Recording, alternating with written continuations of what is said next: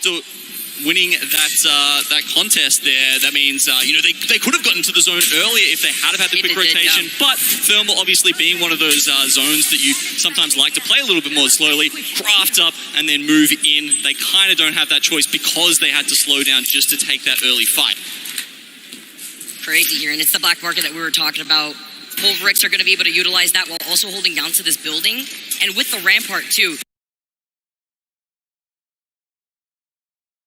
You have those amp barriers to put down even more damage on top of that. Again, it's about not having to overextend when you are already in a great position. Sometimes we do see these circles pull towards that southern building, so we have to see if that is going to end up happening, especially if there is a ring beacon in that area. FaZe also taking their time to rotate away from Tree, but it's more of these teams like KCP who land in Mirage Etoile, like you mentioned before, splits that with Lava Fisher before they start playing around the edge, now entering through the staging spot.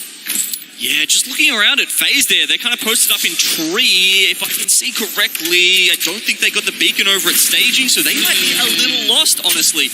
Maybe they took a punt and said it's going to end at Tree. Maybe they are looking to play more of that gatekeep angle, but either way, you can see most of the teams have filtered down towards either launch site or the south end of Siphon. But you know what's even crazier here too, Genome? With Luminosity winning 2 games that we've had so far on Stormpoint, which is the team that lands in launch site? That's the Luminosity's POI, so they have the advantage off the rip to hold on to that southern building in launch site and to wait, especially if there's a ring console right there. They're going to be sitting in a good spot here as Moist Esports take into position right on the south side of Lava Siphon. They're in the line of sight of another team who's taking some shots at them. Yeah, Moist, they've got some happy memories around here, right? Oh, yeah. One, that's where they took out the victory in that back-to-back win that put them into contention for the Split 1 playoffs. So, just a little bit of rose-tinted glasses for them. They're feeling good. They're feeling happy here. Okay start to this series. We're having a look at complexity. That great story from Monsoon coming out last night. You love to see it. The man has been desperately trying to get to land for quite some time now. And here we go. He's made it. Let's see what kind of impact he can have. I love the story that you highlight with Monsoon. Aside from the conversation that we've been able to have with him, it's players like Monsoon and Snipe that I love seeing back here in LAN. Yes, Monsoon was here last LAN, but he was here as a substitute. He's now here with this team. He's trying to get in through that redemption arc as 18 squads are still left here. Complexity trying to set themselves up on the edge of launch site, just trying to take a little head glitch here. Luda not trying to overextend either. On the Bloodhound too, by the way. We've been seeing that once, I believe, on Stormpoint too, so it's been very interesting to see the composition swaps between the two maps. Yeah, I mean, it's a classic, right? Yeah. Blood and bang. That's, it was always, basically from the start of the game, it was kind of how it was conceptualized, right? You put the smoke down, you scan through it, you have the advantage over the other team. So they're kind of going back to basics with that composition. Oh, no. As we see Tappy not in the best position here. Stun, what was that, an EMP coming through? Maybe it was just an Arc Star. He only took a little bit of damage, but you can see, obviously, Pulverix here in a world of trouble. Sort of order just holding on for their life down there. Pulverix losing out on Shundo. Won't be able to help them out. Black Hole called in, sucking him in and preventing the res from being able to pull off if he could try to crawl inside that building. So that's already off the table here. Saku's going to be able to reset with that shield, but not going to overextend again. They're just going to hold on to that building as they should, but they have to look to their back if any other squad wants to try to contest them from behind. I mean, who knows? They've got the low black market, right? Perhaps a mobile respawn beacon shows up in the black market at some point. Maybe they can just pop that down if they can hold on to that position for long enough. It's very smart, too, to look at that because right now the Moby is not in the weekly rotation of the Crafter. I believe it is the purple helmet and the purple bag. You see Hal's got one there? Yeah, just waiting right there, too. Play extremely patient. You don't have to worry about the ammo too with the black market as more teams make their rotation over to the south side of launch site. Yeah, I mean, obviously it was a rough position that Shummi was in without that crypto drone. I doubt they would have been able to get the banner either. So Pulverix looking for that reset, but I mean, they're in prime position, but as far as defensive characters go, crypto's okay, but you'd rather have a Corsic, a Watson, a Newcastle, something like that to hold the building that they're in. Cat would be perfect. Yeah. You seeing Pulverix here as we see Roy popping off in the feed. 18 squads still left here and counting. Oh, against MDY White once again. We've actually seen that scuffle a few times already this early in the LAN. The Apex Out teams going head-to-head. And here we go. KCP versus FaZe over here at Tree. FaZe has been here for a really long time. Double Seer ult, looking like the compare contrast tables that I do not want to see out on my screen, but it's about the information here that KCP could rely on while still holding onto the roof right above FaZe.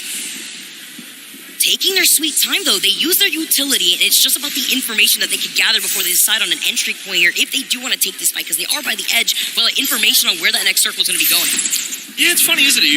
The exhibit goes down for Seer, and you always want to wait it out. You either want to get out of range of it or wait it out, right? And it's when both are down, it's like, okay, are we both just going to fight and have that information? It seems like teams often, will back themselves, try and wait for this black hole. Silence and the black hole on top of that. They get the knock. The reinforce comes out. Zayn trying to go for the reset. KCP trying to go in and lose out on Serdell. It's the trade here. No shields on the other side. Phonyhead has out the advantage as Obi-Chan now moves in. Yeah, here we go. Right back north coming in for the kill, though. Can they be a part of this fight? They're certainly looking for it. FaZe has gone down. Fnatic now looking to finish up with that. A defensive bang ult on the top of this means Fnatic kind of have to move inside here.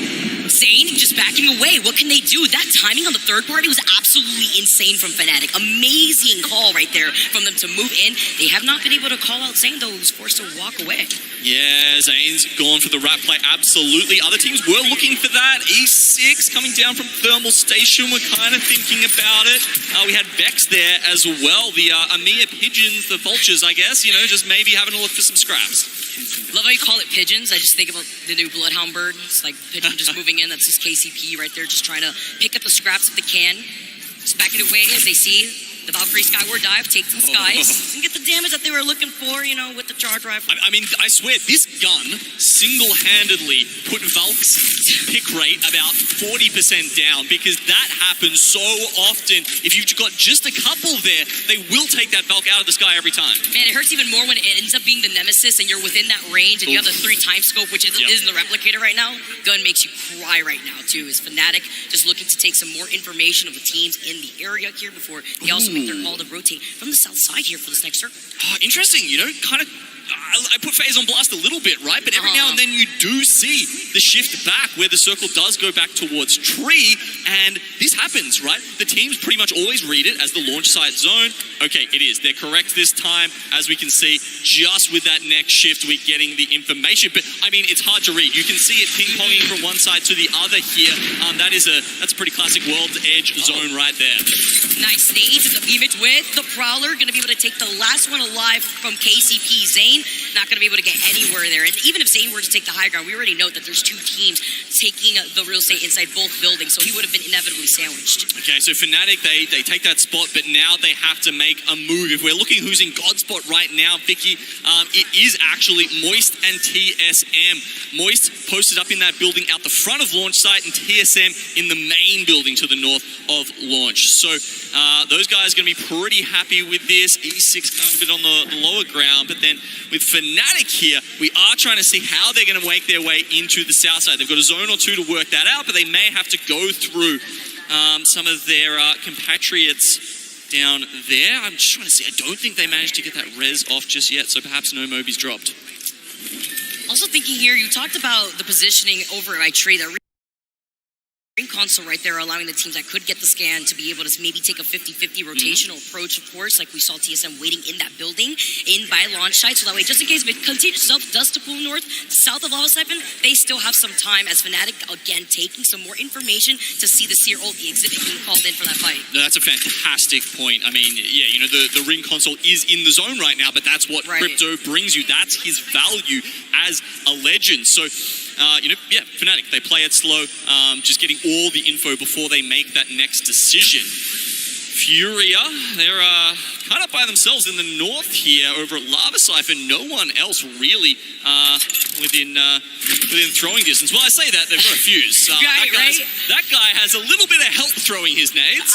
Sea Lion, I don't know what he's cooking in the kitchen, but it's got to be spicy out here, because they're also on the Mad Maggie in World Edge here too. I mean, Cuzzy's really got to come in together. I also call Mad Maggie the warden out here because she's looking to come and protect with that microphone. But it's always so scary because this team likes to play by the edge right now, as you can see, playing outside the circle and looking to see what they could do next. I mean, I'm an absolute goblin for assault bins, right? Like, I am like screaming at my teammates, like, I want that digi-thread out of there. I want the attachment. Furia likes them so much that they've got 3 legends just in case they ever come across one to make sure they get everything and juice themselves out of that. But they're still not in the zone. With Panders taking a lot of damage, though, let's jump into a listening with Furia to see what their next move is with round 3 closing. Get one up. We'll walk up a little bit. Spoken 12, spoken 12. If you move up, you're good. You're moving. Spoken 12, I know. You have to play like Watson side though. Yeah, do not play the right side. You're gonna get fucked. I'm pretty sure there's like a if you like sit where I am, you're like there's full a death, safe. there's a death zone spot.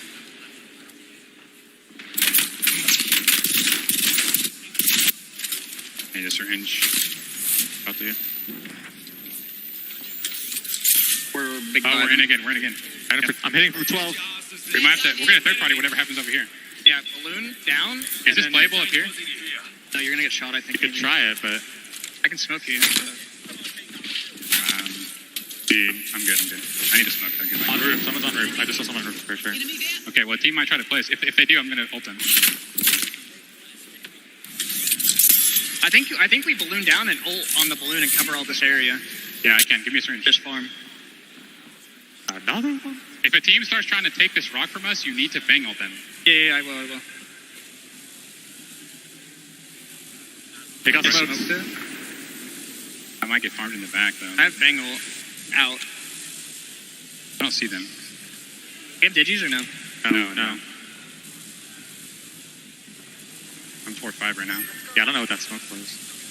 I'm down to third party that. If I think our spot's better. Because like we're gonna get shot from all these teams trying to cross into that. But I'm down to go. Well, I think we'll see. We'll defend. It depends. We might do it. I'm 4-4 now. I'm 5. I'm 4-8. Wait, how many souls do you have here? Can you hold the here? I don't see that.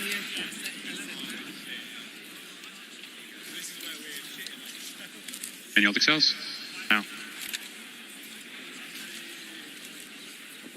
I think as zone's closing, I'm throwing my balloon down for you. Okay, you can.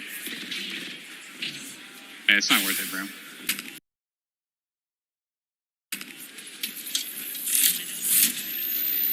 They smoked it again.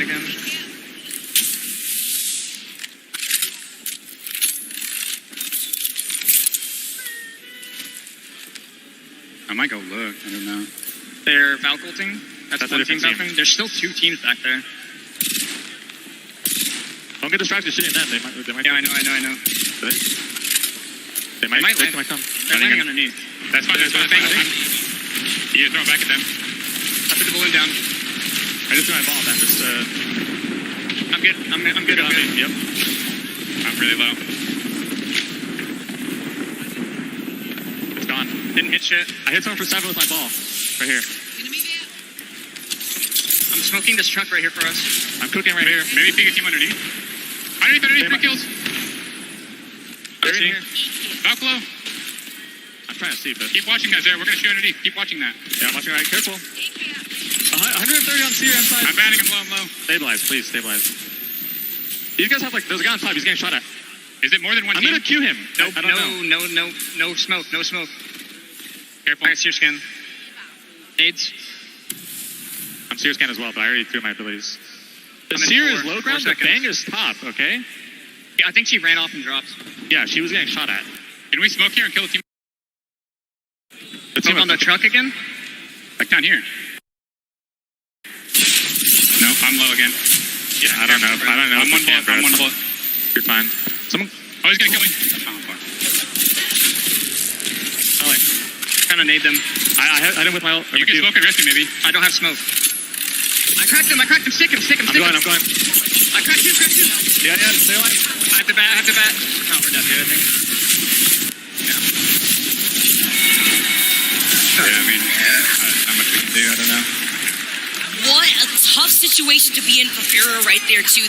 You heard the comps. They were talking about how many teams are behind them. That's going to be Vex Gaming going to be able to take control over that fight. And at the same time, we saw, I believe it was MD White flying on top of Moist, getting some trades going in there on the other side while that fight was happening on the high ground. Yeah, and Moist have stabilized now. They are ready to go in, but TSM are in God spot. We'll watch the other teams converge onto that main building, but you can see it up there to the top left of your screen as Vex put down a couple of other ALGs pros here. Looking good for them, but they're going to still move in, right? Like, they're getting the kills, but they're still going to get in. You're not invisible. You're not invisible on the other side of the catwall right there, okay? You're in their line of sight. Vex Gaming looking for the redemption arc as Matapify is in. 7 squads left. Catwall is up, blocking the view from TSM, looking it through the windows, finishing off what was left of Element 6. Okay, kind of mirroring them now, though, is Moist. You see them starting to take the fight. They have to drop off. The hill provides a little bit of nice cover here. Moist primarily worried about Vexed at the moment, who are on the other side of them. But inside there's a fight for Godspot. They have to worry about their back. TSM go up against Complexity. This is a smart fight to take for Complexity. They had no other choice. They have to push in on this, and they have to take advantage of Furhol's catwall that is up right now as Pure House tries to take the corner. Reps only has a blue extended light mag right here. 62 ammo on the heavy before he forcibly swap off, gets the hipfire shots as Hell gets a follow-up, finds Cody. Unlucky on the other side though, as Malbossy too, the double fight going down. As TSM are trying to secure this fight against Complexity, playing around the knockdown shields, but you're the last one alive. But finally, they got the res, and Pulverex are coming in from the backside. TSM, they're trying to get that revive, but they won't do it in time. We see Pulverex pull the trigger at exactly the right time. They are going to eliminate TSM, I believe. But can they do it fast enough? There's no way TSM come back. This is Reps, and he's got the double knockdown shield. He's playing behind both of them, but he can't get the shield swap with the death box in front of him. It may have already been taken as Vex Gaming with the opportunity, the timing to game number 1 on World's Edge are game 4 in this group. And I've got to give it to Vex there, Vicky. That was an impressive win. I mean, they won the 3v3 against Moist. That was clean. It was even. It was, no one else was really getting involved in that. But the time from reset to going forward there and making sure they picked up that opportunity when it presented itself was impressive. And not only that, rotating from Skyhook with that timing, just as equally important to be able to position themselves right behind Fury to take that fight before they start counter-rotating, take advantage of the fact that TSM was fighting against Complexity for that Godspot building where the circle was going to be pulling.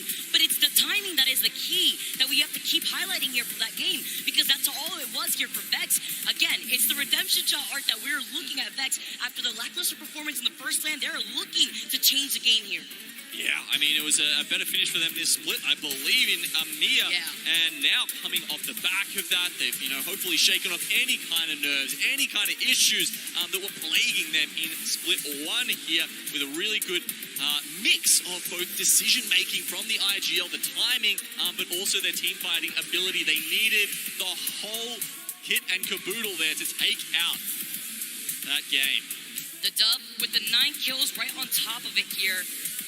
Looking at the other players, just trying to talk about what they could have done differently. Just kind of straight through Vex and Monsoon, the rest of Complexity.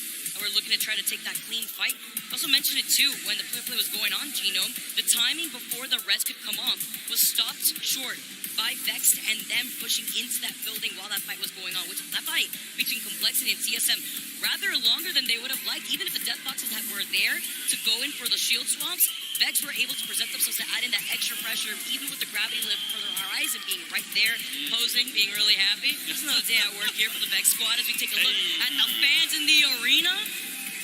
Give it up. I mean, look, doing well, doing badly. The Vexed guys were there through thick and thin last playoffs, this playoffs as well. So big shout out to your true blue supporters. Well, that's what we call them. They're Australian. Even if you're sitting backwards, Genome? Don't even stop. Now I know that Genome doesn't look at the board in the classroom as we take a look at the final circle approach from Vex Gaming. Seeing them having to fight through the side as another catwall had moved up. They were able to wrap around here. Unlucky was so low, but it was the Moist fight that we saw before swapping over to the Complexity versus TM7 fight, where they were able to get the reset with Unlucky getting res, and then them being able to move in shortly right afterwards. Yeah, there we go. You can see this all happening at the same time. Vex just get that res off. Tyler's already moving in to try and secure space here. You can see the rest of the team hasn't even made it there yet, and Tyler's already putting damage and putting this fight in their favor. And what's even better is that it wasn't just the third party. You can see Pulverex in the feed also putting in damage and pressure onto TSM there too. It just allowed Vex to not only go for the reset, but then try to clean up everything else that was inside the building, finishing off with 9 kills, 12 points for that dub. On top of that, Pulverex right behind them though, with the 6 kills and the placement to 8, so they were able to secure for that game.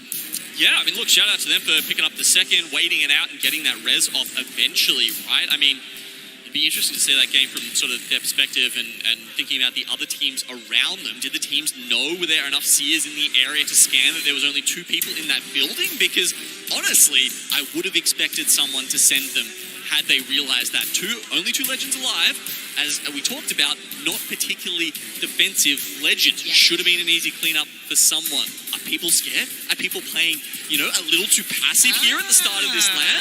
It could be the nerves that have to get shaken off too. I mean, you're playing on a big stage out here live. LAN vibes are always very different for the teams that may not have the same amount of experience as some of the other teams that have been here for a while.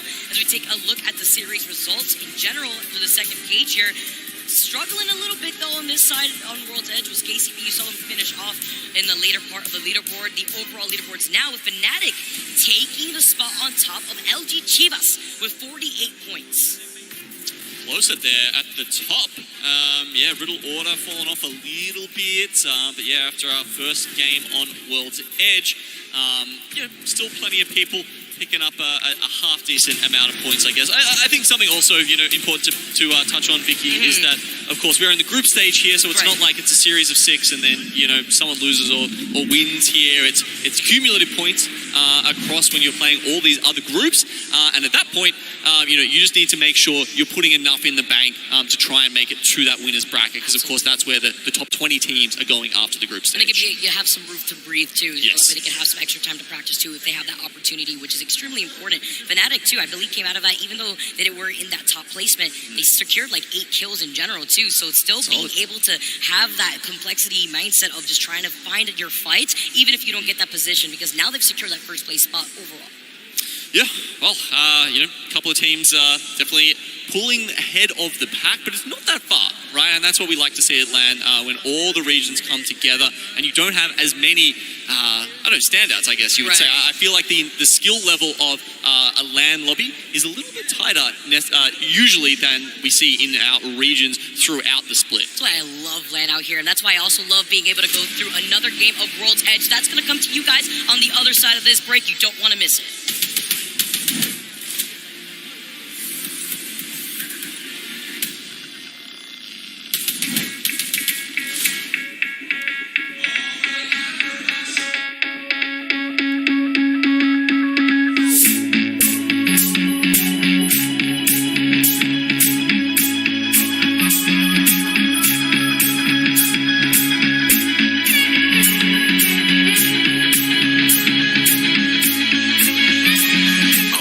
Everyone makes it home.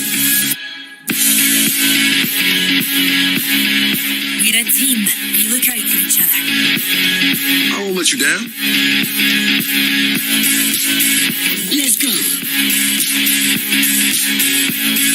That was a sick game, dude.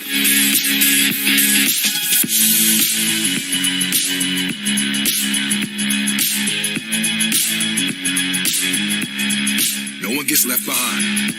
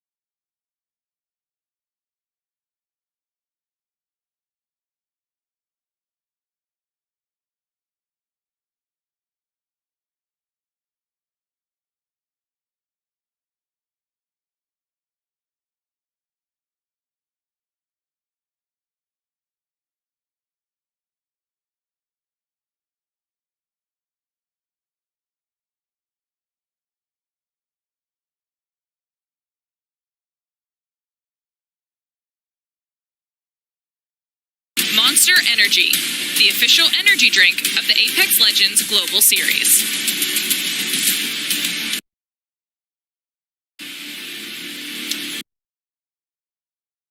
Legends Global Series Split 2 LAN live here in London. We just wrapped up a nice little pretty boat. Game number 4 on World's Edge. Vex Gaming coming to win with 9 kills to their name. Also saw some funny shenanigans going on on the south side of the map right there too. I believe we saw Tabby survive out there for the longest time for the Riddle order to maintain that spot in the overall standings that we got to see earlier before going into break. But the consistency is alive for the APAC teams such as Fnatic out here as well. Yeah, Polrex coming in second there. A couple of APAC North teams doing really well to start here, which honestly, we want to see. It's been a couple of lands now. I think that APAC North have kind of fallen behind a little bit. If you look at their top finishes, it's actually trended down over time. So despite Fnatic, putting in some solid work and continuing their good performances, it has slipped behind a little bit of by some of the other regions compared to, say, NA or Apex South. We'll talk about the training chamber that they have stuck themselves in out here because they are really coming through so far within this first group, Genome. Now, taking a look at the drop stops, we had a lot of 50-50s go down. Exactly. Last time it was Entropic versus started fight over at Thermal, and we also saw that early fight with Optic, but this time it's not happening. Looks like they've got it all to themselves. That is an interesting development, considering that they lost that early fight last time. Oh, either way, look, let's go down to Entropic once again going at it with starter fight. We want to sending a message, honestly, because I think just take that geyser and go over there if they can. And Entropic taking this early 50-50 once again in Thermal Station. Looking to see if they can get the loot that they need. I mean, with Hierarch already finding the purple weave, but we absolutely take that as the 50-50 trials that we actually did see go down earlier in that last game did happen this time around. Now again, E6, K-Swinny staying alive. Yep, they're up against Noctum right now. So obviously the fight over Thermal Station taking a little bit longer to kick off. So we'll have a look at this one. And Element 6, well, they get the Prowlers all to themselves, adding a little bit of PvP into the PvE. Noctum, honestly, with these 50-50s, been Trop as Entropic coming out, taking out Starter Fight right at the very end. It's just Uchaka with that longbow. You don't need anything else here, Uchaka, and they are going to be able to get the reset too. Yeah, 300 damage to his name as well as 3 kills. So Entropic, I believe that is 1-1 between those teams, which you like to see, because that means we get the contest again, most likely next time. Come on. You gotta know where you're from. Show him where you're from. Miami's too up, man. What a thing to pick up off the rip with the purple Evo. He's on the RE45. You'll love to see it. Tropic now are going to be able to get the loot that they need before making the rotation. Looks like we are moving up to the north for this next circle. Nice picking up on the Moby there too. But it's these 50-50s that I also love seeing here on World's Edge. I mentioned that Nocturne has not had a good time. We saw that they had that early 50-50 contest with Luminosity too. All right, everyone look away. It's okay. He didn't get the gold ball knocked down, but you know what? He's yourself at land every so often. Man, I'm not sure how much you can hear of the crowd sound if you're at home, but I can tell you they were not happy with that response. That's why I love live audiences. You guys are fantastic out here in the Copper Box Arena. It's just more of these squads that are going to be rotating to see what they're going to be picking up for their weapon load. I definitely wasn't expecting them to keep that RE, even though, you know, I do love those hammies. Yeah, the circle's going very much north here. We're seeing Survey Camp, maybe even one of those circles that goes north of Survey Camp to the tracks up the back. That's where our hyper-rotate teams are going already. Moist, posted up in Survey Camp. Then you've got Vexed up there as well. We've got Complexity, Dreamfire have made their way into the tunnel. They might actually be meeting Vexed very soon. Oh, that would be actually insane. So many squads already in that north side by Survey Camp, now tuning into Dreamfire, engaging in that fight themselves. See, the PETA also being on the Caustic could clear out so much space for them from behind if he does have those barrels available to him. But it's about playing the patient game here with so many other teams like Complexity, like you mentioned, that lands in Survey to be rotating by the tunnel. Yes, and here it is. PETA is on the Caustic. We get it back. This man is a monster on this legend. And as you can see, Vexed are falling at their hands already. trying to X out whatever success they had in the last game. Now he tries to gas them out from the corners, forcing them to back away. See the black hole being called in from Vex as the Hail Mary. Perfect. They are getting beat from behind though. They gotta watch out as they try to take this fight as quickly as possible. Moving in, trying to take advantage, gets the beam with the full, backing away. And 3MZ welcome Dreamfire as the full squad as they eliminate Vex Gaming. The crowd goes wild. So many Dreamfire fans in our audience right now. They do get the reset. No one is coming in fast enough. We've got Gambare Otto-san over there in the tunnels. They won't make it in time. Complexity also on their eastern side, but they are not willing to give up such a fantastic spot to try and third party this fight. Dreamfire have done it. They're safe. They're in this respawn beacon where, you know, occasionally this could be where the ring pulls. Perhaps they just won the fight for God's spot. Sometimes it pulls here, and then sometimes it pulls a little bit right across the tracks from where they are, where we see some other squads try to hold on. We've seen Energy before, and Complexity where they are on the other side. But this still, it goes into that 50-50 rotation approach that you and I were mentioning in the previous game when it comes to either you not having access to a ring beacon or trying to call the hard pull when you do have that information in the previous circle. So I love this position for Dreamfire, especially since they have the bunker down character with the Caustic. I don't expect Gambare to try to contest them on that north side of the tunnel, and if they do, they have to worry about Complexity getting involved as a third party. Having a look at some of the teams posted up in survey camp now. MDY White, there you can see Fnatic as well as Moist taking position up in those buildings. Pulverex now will be soon to rotate in. They could have taken Grandma's house on the hill there, but they don't have a recon character, so can't make use of the player scan towards that end of things. Oh, okay, we're seeing Fnatic actually maybe trying to get the respawn here, maybe just scouting. That's Meltzera. Unfortunately, has been removed already. These APAC North teams really have to get, trying to get a little creative just to have all three members on the board. And even if you got that Loba too, it's the Moby isn't in the craft, or maybe you picked one up, but like good luck trying to get that player right back in survey with so many other teams have already made their position, as well as E6 trying to join them too, trying to see if they can try to rotate through the tunnels. We hear the crowd roar up at the name of E6. K Swinny keeping his name on the board, 17 squads left. They've already secured 3 KP as a team here too. And I like the call-outs that we're seeing here with the pings from E6 while they get on top of the sniper tower, just trying to see whether they want to gatekeep the squad from behind them before trying to move forward where they could play by the edge. But that could be risky, because with this team behind them, they could get sandwiched and pinched if there's another team waiting for them on the other side from the rocks. Yeah, it's a very fair point. Vicky there, as we have a look at some of those teams, most of them sort of in that central corridor here, but then you've got teams like TSM coming up from Lava Siphon who have decided, you know, if they're going to take full advantage of the goodies available to them there, to play more of an edge style here in Game 5, while the hyper-rotate teams, of course, ooh, they've read it correctly. Certainly, I'd say there's almost a 0% chance. No, I can't do that to myself, or it's definitely going to pull there, right? But it should be pulling to the right side here, either survey camp or that sort of north side, as we talked about earlier. Because if you call it out, then it's going to just say absolutely not, and just go in the opposite direction. But I middle can see finger it. straight to Genome. It Yep. says, nope, not today, Genome. You thought and you guessed, and it was wrong. But I do think that it is going to continuously pull towards the north side here.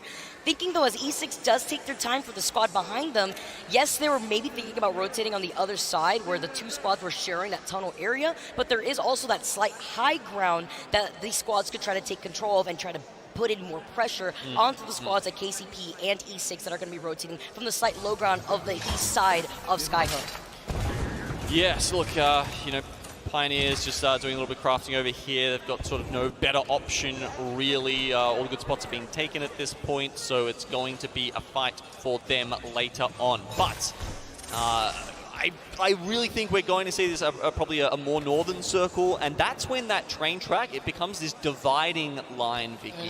And you see teams, because there's safe spots north of it, there's safe spots south. Unless it's a weird ring pull, sometimes then maybe you can get in one of the train cars and fortify a position, depends on your legends as well. But it's almost this, sort of line that, you know, people have to choose one side or the other and we'll see some big scuffles there.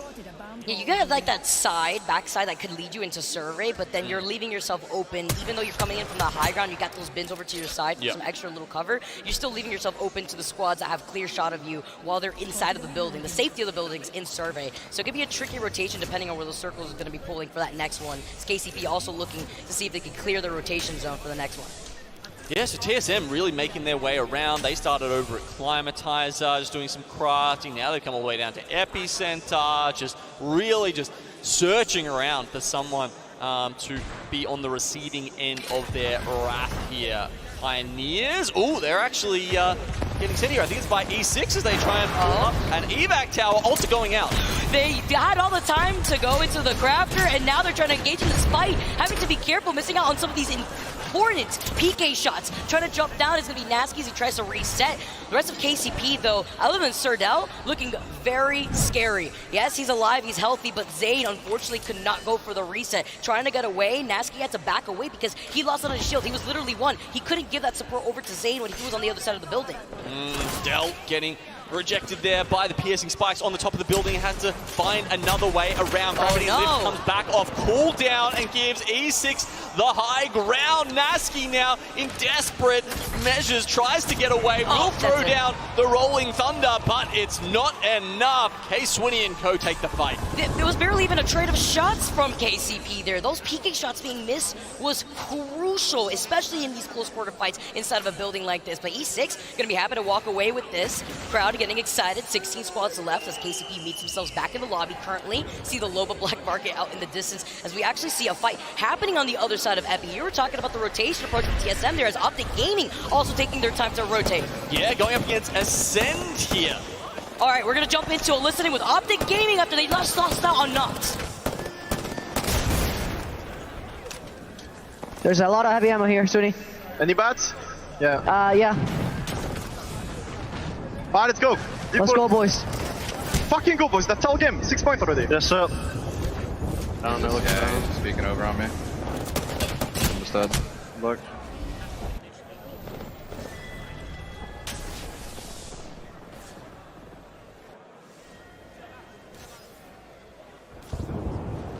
All right, well, Optic just getting forced off the hill there. You can hear them, pretty much just giving up. They have to make a move, and it's going to be Ascend. They were the ones who met them at Big Mort last time. Yeah. Stacks, right? So I think that's 2 games in a row, if I'm not mistaken, that Ascend have ended their chances here in this bracket. Walking expensive loot boxes with all the big mod loot too. So sad to see as Riddle Order, we're talking about some of our squads that are still maintaining that position in the high end of the overall leaderboards. See the crypto drone flying around here, but they also have to look to the side while trying to get out of the LOS of the squad holding the high ground of Epicenter if there is one currently right now. You can see Tappy just checking just in case. But holding onto this building right here is going to be so crucial with the Watson fences. You could be comfortable with the information that you could also secure with the crypto. Yeah, let's see if Ascend can win 2 in a row. Skittlecakes is still alive, by the way. It wasn't a full elimination, but definitely a fight win there for Ascend. It's a good build to hold on to, but it's not gonna service them for that much longer. The ring does continue to pull north, and Dreamfire did indeed essentially win Godspot with that early fight. Crazy how something so early and so important, can make its way down the line here. Extremely here, and you're also seeing Fury taking the north side is a really smart approach, because sometimes we talk about where the circle could be pulling towards that corner where the mobile respawn beacon is, but also we've seen it pull on this side if it shifts a little bit to the side. That's where Complexity was trying to predict and why they didn't want to overextend as Riddle Order now finally engaging. Getting the first knock into Kashera is crucial here too. Wondering if the EMP even ever was released at some point here, if he did have it available to him. Yeah, I mean, you could just see them. They get the first 2 knocks here. Skittle actually tries to get involved in this with a full kill, a deposed kill. What a menace. He's just getting, just being the X factor here in this, what I thought was going to be a 3v3, but Riddle do come back. Is that the... No, Lufka has actually made it out as well. So rats galore here over on the eastern side. Look like my own set of ranked games out here. Skittlecake's now rotating as a solo from Optic Gaming. Staying alive is the name of the game for Skittlecake. As he's going to be able to wrap around, though, he's got to look to his back for the other squads that are also trying to rotate and play by the edge of the circle. Very scary situation to play ring around the Rosie on with these rocks here on the side of Survey, but Riddle Order have a nice position as well. Yes, Nighttime gets a finish on Wolfgar, so Ascend full out here. Skittlekex is probably just having a little bit of a laugh to himself that he did manage to outlive their opponents there. But these teams on the eastern side, they're going to start making their way towards Survey Camp, where we already know there's a bunch of teams posted up. So let's see if they can survive in on outside those buildings. And look at Complexity's position here too. We noted that they were trying to play on the north side by actually where Furia is right now, but with the pressure of Furia over to the other side, and then with the potential threat of their right side, they could have been pinched, and they did not like that. And they have information with Luda being on the Bloodhound. So yes, they get the scan, they have that information, but it's about the position that they have to play to next, because they had a good spot, but now they're just further going away from the circle, maybe trying to take a different angle. All right, so we've got more fights going up here. It's Fnatic versus TSM down on the south side of the map. TSM, they put the Seer ult down on themselves just to try and dissuade any further action. But if Fnatic get vision of this, surely they send it. Or are they just happy being set up in that building? There's no way. He was one. He was literally one. This is some real plot armor if TSM get this reset. If literally anybody steals on reps, I'd say he was gone, but here we go. Yes, he gets the reps, but there's no health reset.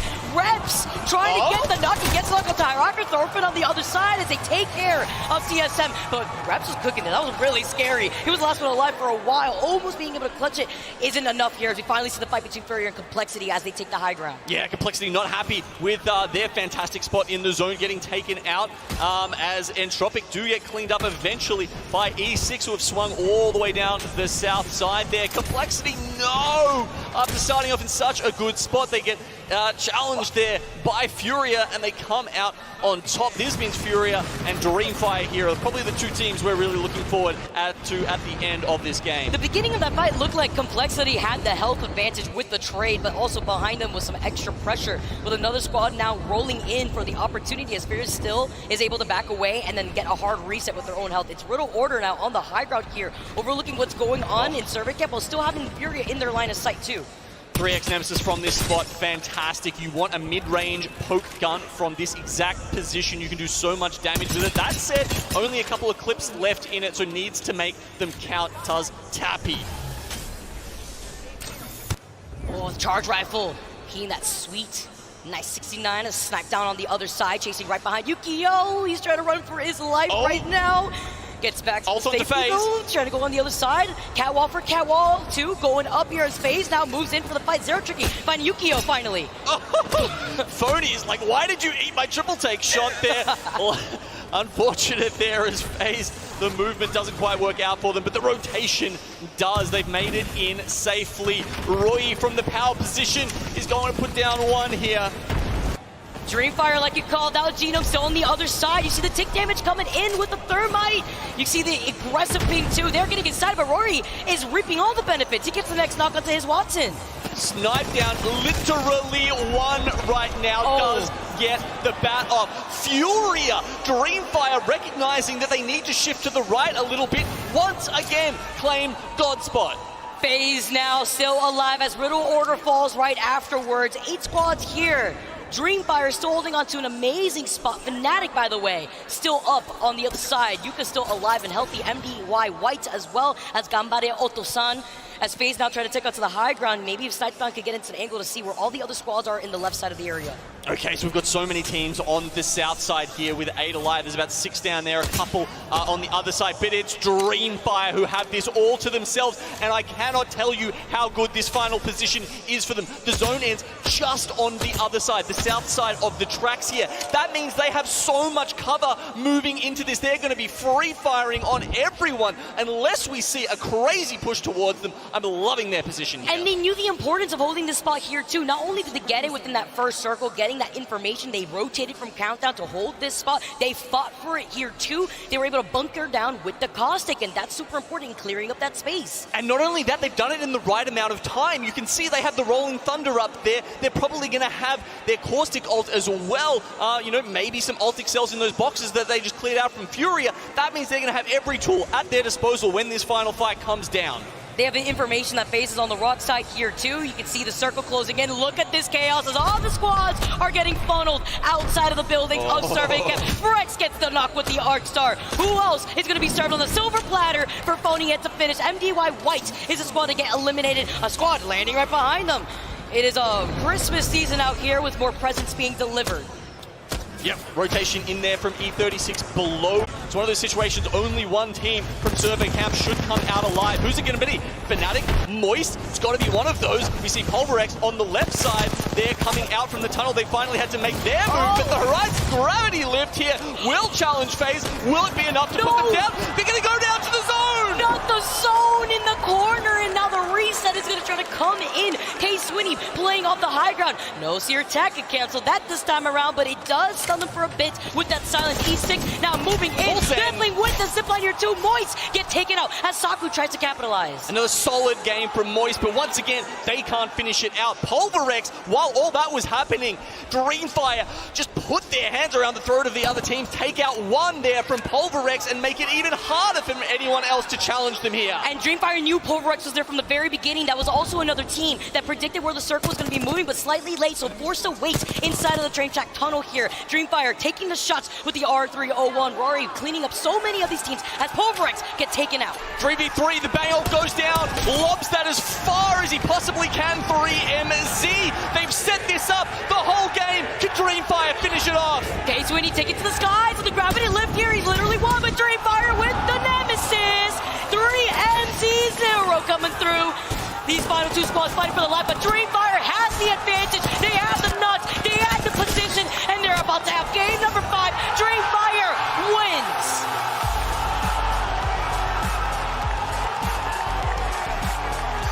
It is not an exaggeration here. The crowd goes wild. So much support here for our APAC South Demons. They've qualified for 3 lands, and yet for Peter and for 3MZ, this is the first time they've left the country. Vicky, and what a reception they've gotten here in London. Finally get to see them at their full force. Look at the flex. Let's see them take a bow because they are out here taking that game, holding that position. The crowd goes wild. This is what I love too, seeing the redemption of the players that couldn't attend the last night, now being able to come out, taking the dub all together as they deserve with the consistency that put them here in the first place. I mean, is it 2021 or is it 2023? Because that is the kind of dominating performance that Dreamfire have been putting out on World's Edge with that kind of composition. I mean, Seer wasn't out that back there, but let's ignore that, right? With that kind of composition for the longest time. Man, these games have been insane. APAC, North and South, coming through with the performance of consistency within these first 2 groups. And we got so much more APAC still. You know, this is actually insane. I can't wait to see more of this. And we still have that one last game on World's Edge to see how this all plays out. Like, Dreamfire was just like a viper in that match, right? Yeah. Every time someone came within striking distance, right, it was just like bang, instantly. They removed them. They got a player down from Pulverex. They took out Furia on their right side. Just every single time they needed to clear out that space, they could. They did it decisively. There was no question about it. What was extra funny too is that even with the enemy cat walls, it's like, okay, well, we see you guys, and then you saw the triple take shots coming in. We saw what the Nemesis could do in the hands of Dreamfire out here too. Rory, we could see him, again, these triple take shots, absolutely insane, but it's not only this position, it's about having the high ground here for this circle that is so important for circles like this. I mean, could you have played it any more perfectly? That was his last triple take bullet, making the most of that buff to the triple take where the ammo efficiency of that gun was increased greatly.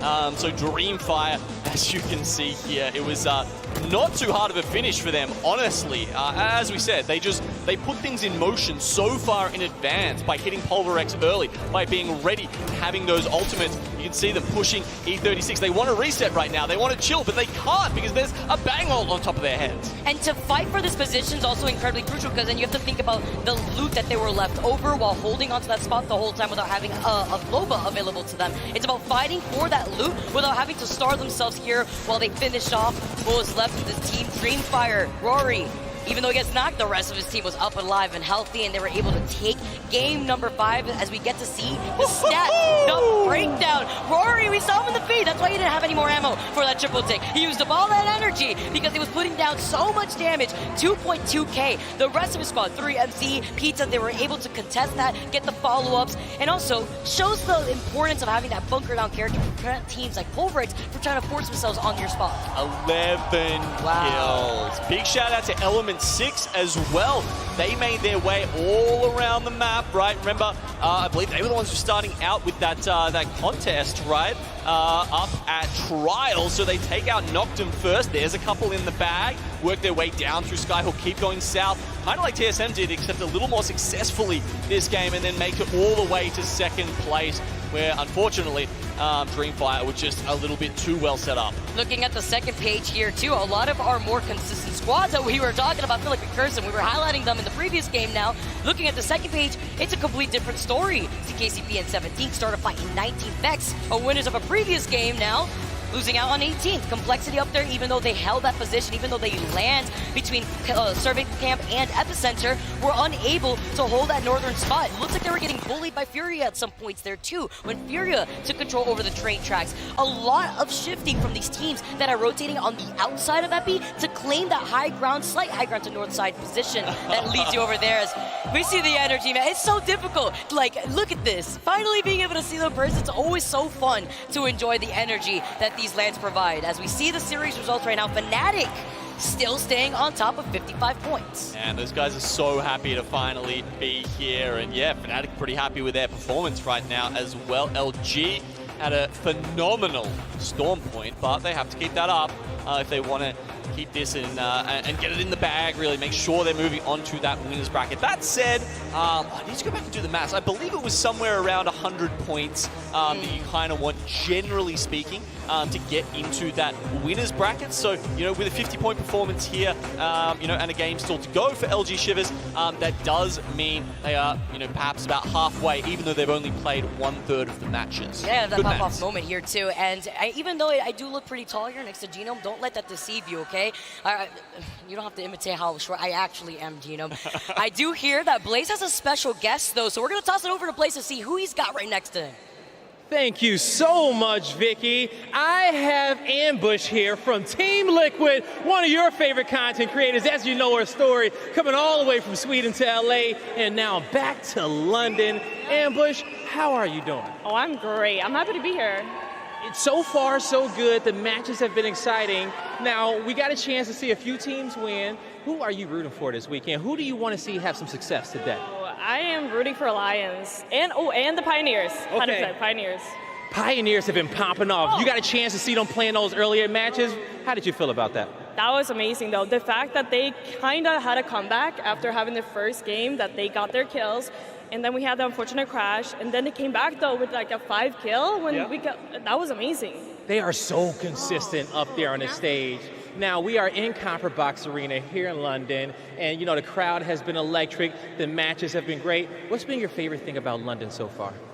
Oh, this is one of my favorite cities. I've been here about 4 times already, so I kind of just love the city in general, and being able to walk everywhere and just, I don't know, it's a beautiful city. And we have had great weather out here in London, so if you didn't make it, you missed a great weekend. But Ambush, any shout-outs you want to give out there to the fans, to the teams you support? Anything you want to say to them out there? Oh my God, honestly, just freaking, I can't say it, but kick butt and have a really good time. Yeah, kick butt and have a really good time, and honestly, give it all you got. I'm just really excited to root for my friends and have a good time. I love that. Give it everything you got here on the main stage, but that's going to do it for me and Ambush from now. It's time to get back into this game, Vicky. Thank you guys so much. Love seeing familiar faces out in the crowd. Also love seeing our arena being filled up by our beautiful fans who've been bringing all the energy out here. Love it when we get to see some unfortunate things go on in the game, and it's like your reaction when you are the one playing gets to be reciprocated throughout the rest of the arena. And then that also goes hand in hand with the hype. Maybe it's the fan support. I mean, if you think about who's shown up today, right, in the crowd? We've got Vex there, taking out a game, Dreamfire taking out a game. Out here too, doing so well. It's the power of love, Vic. Yeah. It's about the consistency, and I love to see a lot of these teams coming through in LAN and seeing the mix-up of how close our overall leaderboard is too. Fnatic out here still securing a lot of the KP that they need to stay on top. LG literally right behind them after they were able to take 2 wins already. Now World's Edge, I feel like, has shaken things up a lot for those squads that were doing really well on Stormpoint to then now make the adjustment. If it's a compositional switch, is it something that they just don't feel comfortable with, even though, I mean, World's Edge is that map that everybody has played on for the majority of the time here in competitive Apex. It could be something different within these regions. The APAC North and South teams have been putting in the work, Gino. That's how it seems so far, certainly, but we've still got a couple of groups to play. Got a couple other matchups yet, and we've still got one more game left in our first series here. It's been a fun one, honestly. You know, triple assault compositions, our caustic throwback. I'm loving a lot of what we're seeing out of these teams. Can't just say caustic throwback just casually like that. You know, it's me, all right? I'm right next to you now. You have to get used to this, because when it comes to the caustic, I get why we see him on World's Edge, but you know what? Nothing gets me feeling a type of way than seeing that Seer, even with the changes, man. That silence, 10 seconds, that physically pains me. And then we get to see the work coming in. Literally, Gino just leaning back as if he's feeling the pain in real life. That's how I feel when I also get beamed by the Nemesis. Seeing the current crafting rotations too. For those of you guys that just haven't played in a little bit, the R9 and the Rampage have been in it, and we've been seeing the R9 being utilized so much with the teams that have the crafter. Yeah, even getting a look at good old August Brinkman there, or at least, you know, how he looked before he was turned into a silver fox. That was a bit of a younger version of him there. Kuben Blisk as well, so shout out to Titanfall. I feel like he's the one that comes in and he's like, get off my turf, and he's like trying to teach all the Apex legends. Was that your English accent impression? Absolutely not. I wasn't even trying, actually. I just feel like that was the impression I get from his personality, just trying to teach the young ones just the what's vibes. up. Yeah, exactly. He's just trying to make sure that everybody's in touch out here, all the younger legends that he feels like he's got to take in charge of. But we haven't seen any of that here in these lobbies. Instead, we've been seeing a nice mix-up between the compositions that we're witnessing in Stormpoint into World's Edge. But there's one factor that has not deterred, and that's going to be Seer and Horizon. And the Bangalore, too. Bangalore Enjoyers, I know Shiv is having a good time about that. He had tweeted about it earlier, that he can't wait to see some more Bangalore action. And you're definitely getting what you asked for out here. It's honestly nuts that he has been playing Bangalore for that long, and we saw, like, no changes. A lull, and then suddenly... Well, I just was like almost no changes or almost no changes to Bang for the longest time, but then has come back into the meta, right? I love that there's still those things hidden in the game that the pros can come up with, can experiment with, because sometimes I feel like even the best players in the world do kind of succumb to that groupthink. And they're like, oh no, we are the slaves to the meta. You need those fun teams. Furia, right? They've done it before, and maybe they'll do it again here, just breaking the mold. It's always about being trendsetters too, you know? I mean, we saw it with Furia, like you talked about when you think about his Watson. He was like one of the first ones to really put Seer on the map, and then a lot of other teams started seeing the importance of having all that information, even with the changes, still just as important. And then I also think about Aurora too, when I think about like comps coming out of left field, always coming through. And then, we talked about it earlier, but Sea Lion cooking with the Fuse and the Mad Maggie that we're witnessing on World's Edge. It's almost like they took Seer, which, as you said, his Watson popularized at the Rally Champs, in the year 2 of ALGS, and they were like, how can we make this character, how can we make this legend even more suited to his Watson's play style? All right, we'll just make him a bit more aggro. We'll just give him a silence, a stun. We'll make it quicker, easier to hit the Q. It's kind of crazy how strong that legend is right now and how well he suits the play style of a hyper-aggressive team like Furia. When I think about like the slow and the stun combined, I just think about like Revenant with this 15-second slow right there on the other side, just crying in the corner. You get to see some more fans in the arena, but I mean like the silence that we see too from some changes here, and he's got to rep the Gen Ribbon sticker with the product. Okay, I see you. See some of the drip out here in the crowd as we get set up for our final game. Well, they'll be on soon, Vicky. Yeah. Well, you're a Duck Zero fan. You'll be getting some of that as we see the eyes of a killer there. Roy, the man who just put that team, I'm not going to say on his back, because honestly, it was a team effort. It was 100% a team effort, but always leading from the front, damage-wise, 2,200 last game. Fantastic effort from him. But yeah, I mean, that's the, I don't know how much the audience or the crowd at home is, aware of the changes that we've made to this Split 2 playoffs, Vicky. But every match is now on the main stage. So, you're here in the audience, you've got that favorite team. You're going to see them every single time. The crowd getting excited, going wild out here. Looking at some more familiar faces getting set up, and I love how you highlighted that. That was the one thing that I noted that was my favorite, seeing every group being able to perform on this big stage, which means, if you feel comfy in the backstage over there, for Stream B or in the other corner where you could be playing, well, sorry, you can't find that comfort anymore. You gotta feel the lights beaming down on you and the crowd roaring your name, because this is where the action happens. This is where the pressure is really felt by these teams. Yeah, we get to cast more games too. Yeah, as well, I mean, I'm game for it. Yeah, I'm game for it, especially. Man, Gino, we are out here. You already know. I was talking to Genome, nerding out a little bit, showing him. I had to also show Genome some clips. You already know how that works, too. Just letting him know, all right, I'm set up for the rest of this weekend. We're excited. I love the Dreamfire fans out here in the crowd. Always love seeing Rory's personality, and now that he's alongside his teammates to perform, it feels so nice. Yeah, all those Chinese and Taiwanese fans coming out here. And we actually had a story earlier that we saw pop up on Twitter that someone had driven 20 days. I keep thinking 20 days. I keep thinking, was it hours? I don't know. Some ridiculous amount of time. But it's a drove, right? Drove from China to London. Am I crazy? I don't know. That was the story. Either way, they've come out. They went through a journey. Yeah, exactly. They're holding it up right now. It's the very Apex sign. Big, big shout out to them for making it across here to the LAN and supporting their boys here over on MDYY, because of course it was Beiju who's been playing for a very, very long time. Finally made it to LAN. We saw a great clip of him saying, they came in fifth, right? Only just, and we got to hear the live reaction at the end of Split 2, being like, oh my god, I finally made it to LAN, the promised land where everyone wants to be on if you're an Apex competitor. Such amazing stories to see with these crowds. Again, just getting set up here as we pan through the rest of the crowd. There you go. That's what Gina was talking about. Shout out to very Apex. MD White right below them here too. Just looking at everybody that have made their way.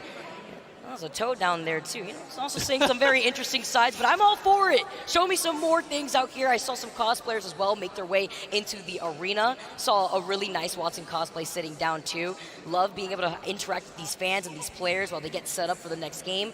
No cold hands here, though. We are getting loaded up shortly, guys. Once again, thank you so much for your patience getting into this final game. Game number 6 for Group C versus D within World's Edge. Yep, one more for this series.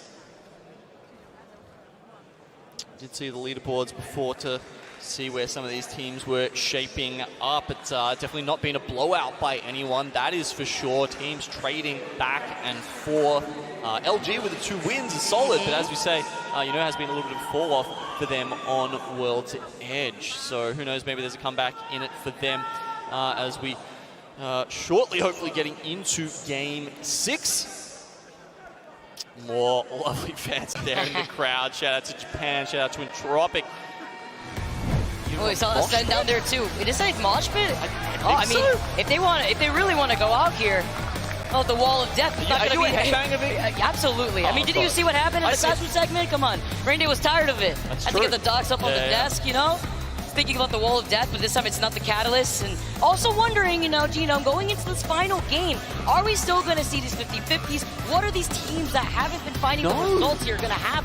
So, by the looks of it, yes, we are. We're 100% we're going to see it down in third. I was looking elsewhere, but... What the...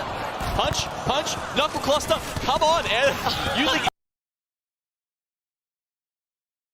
everything in the arsenal there.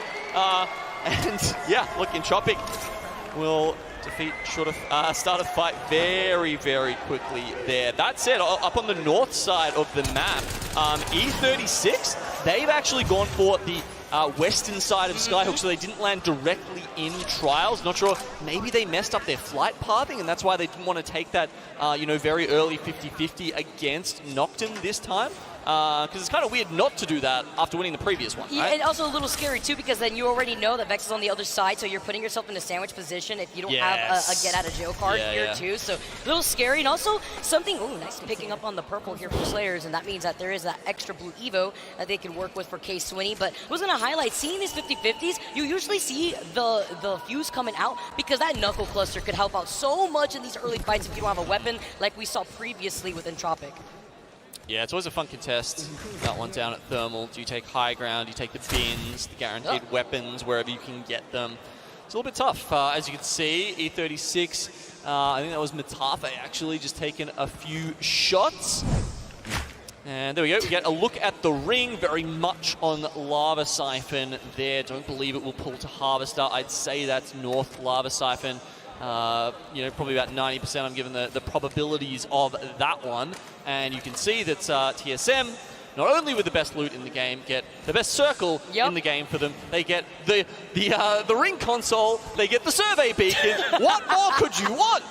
Volcano Los Dos, I mean, they're going to have everything at this point here in Lava Siphon. They are definitely eating, and it's also about trying to take out some of the squads that may want to try to play outside that next ring.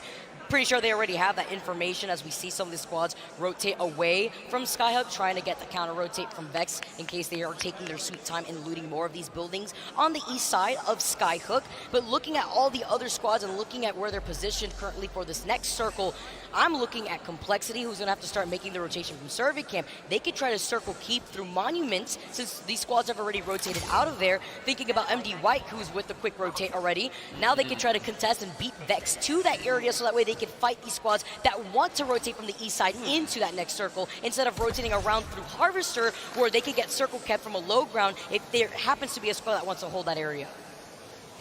Yeah, lots to think about there, and definitely teams already setting up in Lava Siphon, as well as a bit of a cluster over towards Geyser, which is interesting, because from what I can see, Moist did get the ring console over at Overlook, so interesting that they didn't get in there a bit faster, stopped at that Geyser choke, and now maybe are worried about Ascend or some other teams stopping them while they're trying to move through that choke.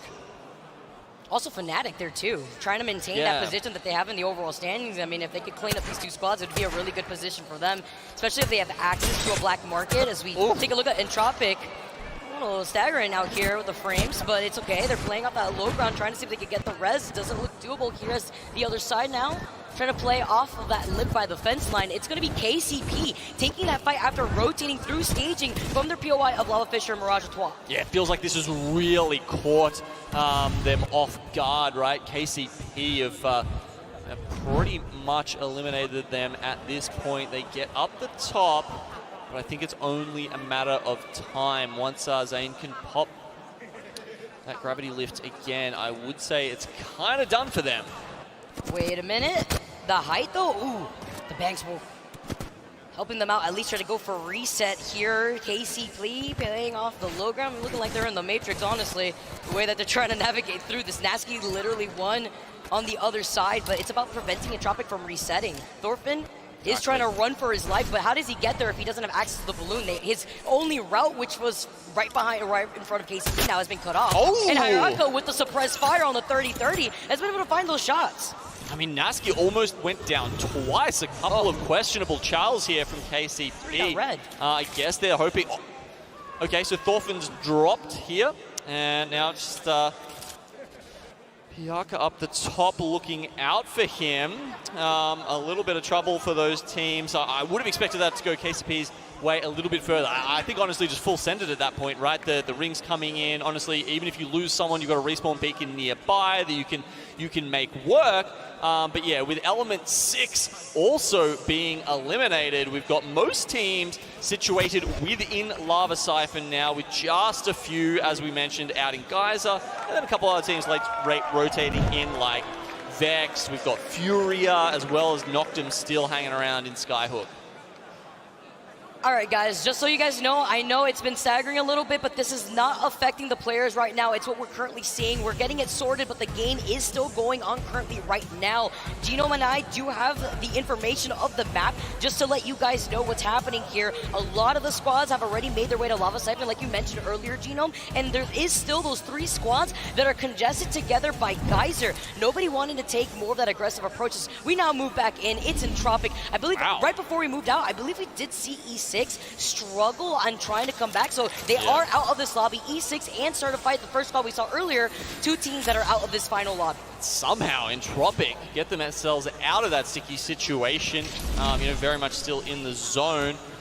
Might even be thinking about pulling back towards some crafting at some point just to give themselves, maybe some more med kits. I'm trying to look, does staging have one? I don't think it actually does right now, so they might just have to get out of there with the loot that they do have. A couple of syringes still in the bag, but you can see Hyaka there only with 2. Oh, he does have 115 materials though. Okay, so good. Time to replicate here. Might have to pop those syringes first just to be safe, and then we'll see a lot of med kits coming down, I am sure. That's a smart option. Unfortunately, they couldn't get the banner, and they won't be able to get the respawn. There is no support character right here, too, for Entropic to work with, but this is something that America's used to. Thorfinn as well. They're going to be able to get the craft that they need. He's going to go down, but it's fine. They're going to get the res. He's got 55 materials, but that's why they're here in the first place, right? He didn't have any more syringes, so they desperately needed to get these medkits up for the circle. Yes, if anyone's wondering, like, why did he let him die there? Why did he go down? Because look, you get some health back from the res, so I think they're really just trying to min-max this here by doing that. And yeah, look, it's going to be a long way back into the zone from them. The circle has shifted to the north of Siphon, like we were expecting, but I think there's still some question whether it will be sort of directly on top of like within the Siphon POI or across that valley to the north, budget Siphon. Which would be so chaotic too, because then you have to think about the squads that had tried to avoid Harvester to get to the south side of Lava Siphon, who are going to have to now deal with the squads that are going to be rotating from the Harvester side through that little area, the little alleyway area here too. We can see the action that was going on in Geyser earlier, where we're still seeing that squad loot up with the crafter, with getting some extra med kits here. Moist still taking control over that other building though, on the other side of Geyser, to make sure that Ascend doesn't have an easy time in dealing with this rotation. Yeah, I'm going to be interested to have a chat with the Moist boys later, actually, to work out what their thought process was for this game, because from Overlook, I feel like they should have priority into a Lava Siphon ring here, but they chose not to. And was that we're going to try and gatekeep, which isn't their usual style, a departure from that, or was it, they didn't think they could get in there quick enough? Maybe they don't think there's enough playable spots within Lava Siphon, with the distance they are away. Either way, does seem to be a little bit different from what we usually see from the Australian team. Yeah, I was also thinking, like, is it also the pressure that we saw from the other 2 squads that were there as Ascend is rotating away? Yeah, because Ascend could also rotate from the hilltop, then take the high ground, and then since no other squad has been rotating away from Fragment, we really noted that MDY had rotated quick, you could hold the high ground, overlooking a lot of the teams in Lava Siphon. But then, with the circle pulling away from there, if they have that information, which they can, they could see that if they does pull away, they're going to be out in the open on that hilltop in the line of sight of 4 other squads that have already taken control over those buildings north of Lava Siphon. Right, so maybe a bit too risky for them to make that play that early. Either way, now we have a look at Ascend here, who are pulling up. So the choke just to the left there, that's where Moist essentially were having to make that decision that we've just been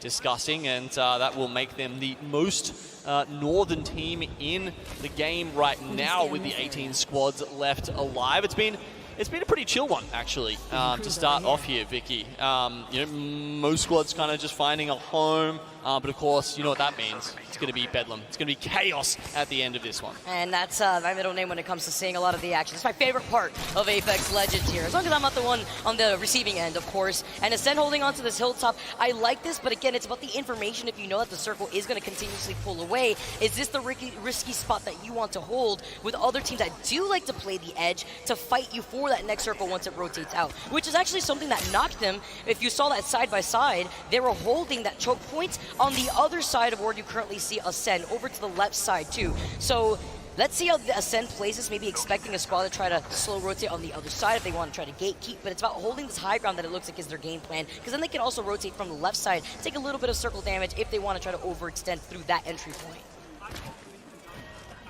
Okay, we've just had the next circle pull up. It is going dead center.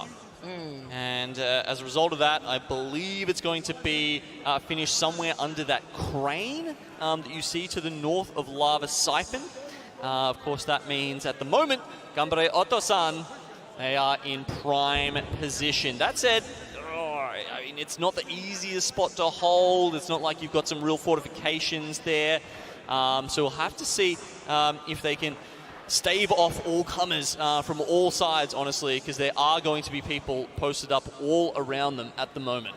It's like literally living off the land in that tiny little building over to the north side of the Lava Siphon area, but then you're also in the line of sight of the squads that could take roof, where you actually see Furia in. You can see Panders taking shots at Ascent from the hilltop, but it's so risky because you're still putting yourself in the line of sight of those squads and the squads coming behind you from Lava Siphon where TSM is rotating from. Exactly, so you've got to worry about all these different angles, but they have pretty much the best composition to deal with that. Newcastle, Watson. Sia, of course, chuck him in there, always pretty much. It'll be great to see some of the overall legend picks at the end of this, but certainly as the core of that composition pretty much is that Watson Newcastle that allows them to set up on positions like this. We've seen it a couple of times through this series already, where this APAC North team has been setting up on roofs a lot of the time, right? So they'll take the top of a building, which usually people would have too many sight lines on it, but Newcastle Watson allows you to fortify that better than most other teams. So let's see if that works for this crane as well. First, looking at what the game plan is here, wondering for Ascent, because this is a situation that I was worried about for them in this rotation. We knew that there was already so many teams as a Nemesis tries to blast through the Searit's Furia, who have been in these two different buildings, just trying to hold these two different angles, which is great, because Sarah has a very slight angle over the hilltop, but who has a better angle than him is going to be his Watson and Panders, which, by the way, also seeing the swap up, it's not going to be the Fuse this time around in this final game, it's going to be the Bloodhound for his Watson. See you later, Moist, by the way. Oh, goodness. Yeah, they posted up. That Arc Star. They posted up in the bridge here that you can see right ahead of you, and yeah, it wasn't the best choice. It was like a shish kebab. Like a moist shish kebab. Yeah. Kind of sounds disgusting, doesn't it? I don't know if I want to eat that, but... I don't think Furia wants to feast, though. I mean, shooting it to the cat wall, it may not be the Rampart with the Sheila just beaming down, but you got the Nemesis. Works very similar out here, as he's got the height, he's got the advantage, he gets the crack, but there is a Gold Evo shield right at his feet there, so the reset could come quick with the shield cells. Is he going to let him happen, though, as this Watson has the information from the Bloodhound scan here. He's also got the Beast of the Hunt active. Nice. Umi-chan has not had a break. Just looking at his Watson has cost him so much material when it comes to shield cells and the syringes. Yep, resources are low right now for Fnatic. Options, honestly, I would also say are kind of low at this point because, Furia, they're in the power position. They've got the roof there. They're going to try and make the most of that, grab some KP while they can, because they do have to cross that bridge as well. It may as well be Khazad-dûm. Like, who is actually going to make it across here? It's going to be a tough call.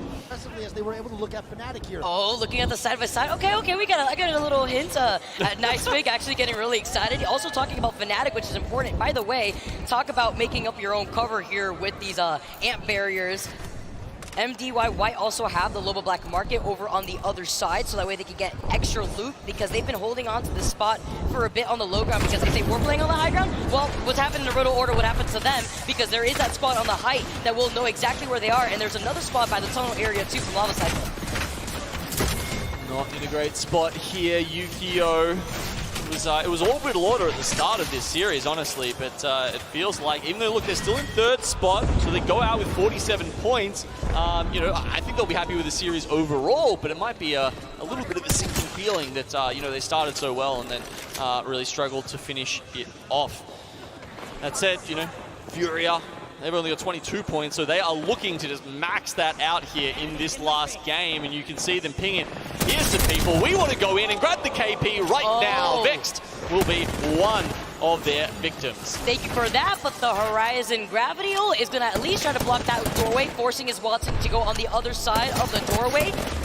sees that the gold knockdown shield is right there, but he's holding onto the doors while the rest of his teammates take different off angles. Zero Tricky is going to try to give him some surprise fire. He loses out on the shield, and so does Panders. Panders cannot reset here. They know that he's playing off the back of the gold knockdown, and Knockdom get taken out. Furia now looking to go for the reset. Just to put it into perspective, we got 11 squads left, and it is so split up in this next circle. It's actually insane because there's a good amount of open ground that would expose these teams if they try to overcommit around these corners or the natural cover that these buildings provide for some of these teams.